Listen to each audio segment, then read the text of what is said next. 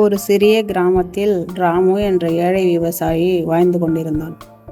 அவனுக்கு பெரிய நிலமோ பணமோ எதுவும் இல்லை. அவன் வாழ்வின் ஒரே ஆதாரம் அவனிடம் இருந்த ஒரு பால் மாடுதான். அந்த மாடு வெள்ளை நிறத்தில் அழகாகவும் அமைதியான குணத்தோடும் இருந்தது. ராமு அதை மிகவும் அன்பாக பார்த்து கொண்டான். தினமும் காலை எழுந்தவுடன் மாட்டிற்கு பசும்புல் போட்டு தண்ணீர் கொடுத்து சுத்தமாக வைத்து கொள்வான்.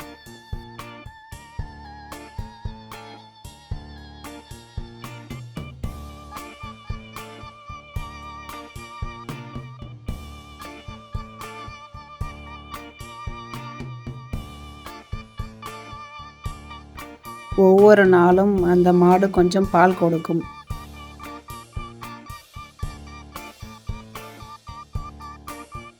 அந்த பாலை பக்கத்து கிராமத்திற்கு எடுத்துச் சென்று விற்பான்.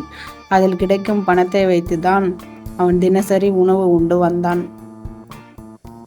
ஒரு நாள் ராமு யோசித்தான், நாம் இந்த பாலை இப்படியே விற்றுக்கிட்டே இருந்தோம்னா வாழ்க்கை இப்படியே தான் இருக்கும். இதை நம்ம மாற்றி ஏதாவது செய்யணும்னு யோசித்தான்.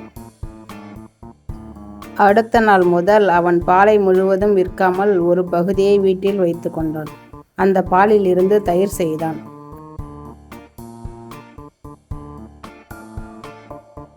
அடுத்த நாள் அந்த தயிரை கடைந்து நெய்யாக மாற்றினான்.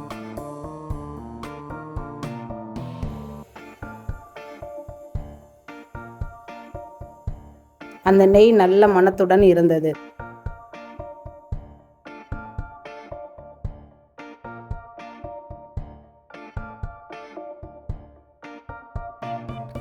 அதை கிராமத்தில் விற்றபோது பாலை விட அதிகமாக வருமானம் கிடைத்தது.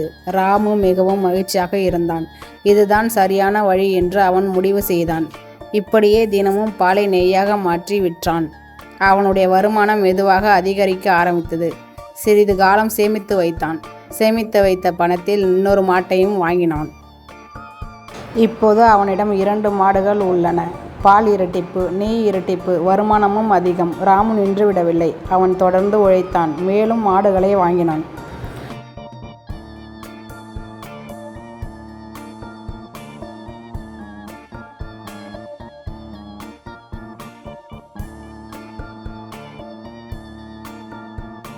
ஒரு சிறிய பால் பண்ணை அமைத்தான். கிராமத்திலேயே அவன் பால் மற்றும் நெய் மிகவும் பிரபலமானது.